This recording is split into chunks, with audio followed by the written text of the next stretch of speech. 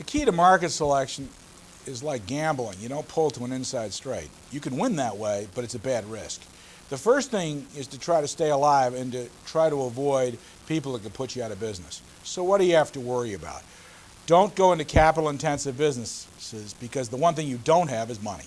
So if the business requires a lot of capital, don't even think about it. Venture capitalists sometimes tell stories about people who want to come to them to invest $200 million in this new concept, and if it works, it's going to take $1 billion. Clearly, you have to have a pretty good guy to do that with. The point is, you need a business that doesn't take capital. It cannot be a financial play. It has to be different. Secondly, you can't have a short life product cycle. You have to have some time with your products. It always takes longer to get it to market. It's always harder to get it to market. So there has to be some light at the end of the tunnel, and it can't be the train of a new product from a competitor. So you have to have short product life cycles or death. You can't be in a business that gives out easy credit terms. IBM does that sort of thing. They do it in the car business. They do it in the toy business. Anytime you find dating long terms, you can't do it because you need the money.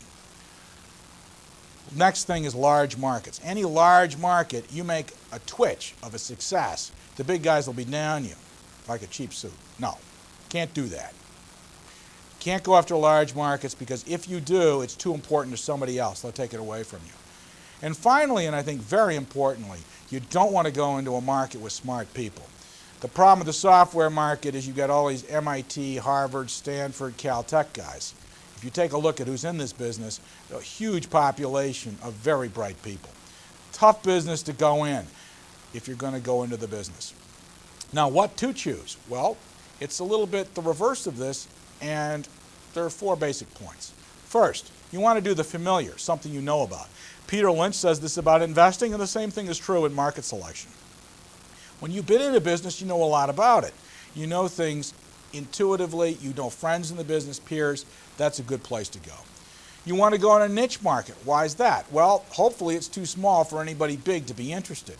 And if that niche business is growing, then you've got a chance. And if you think about the great businesses that have been built, they went into computers for personal use early when it was a niche market. They went into software early when it's a niche business. Now it's a big business, but then it was different. You want to go into an unpopular business, one that isn't sexy and one that isn't on the front page. This is true in CD Title's case. One of the ugly things about looking at this business when we went to buy it in 1995 is VCs still liked it. They were trying to invest in it. It was a dangerous business. It was our belief that enough people were getting out of it, it was going out of fashion, that we might do all right. Well, in fact, publishers did, and then we were blessed with the internet. Now the gold miners are going to the internet. They're leaving us alone.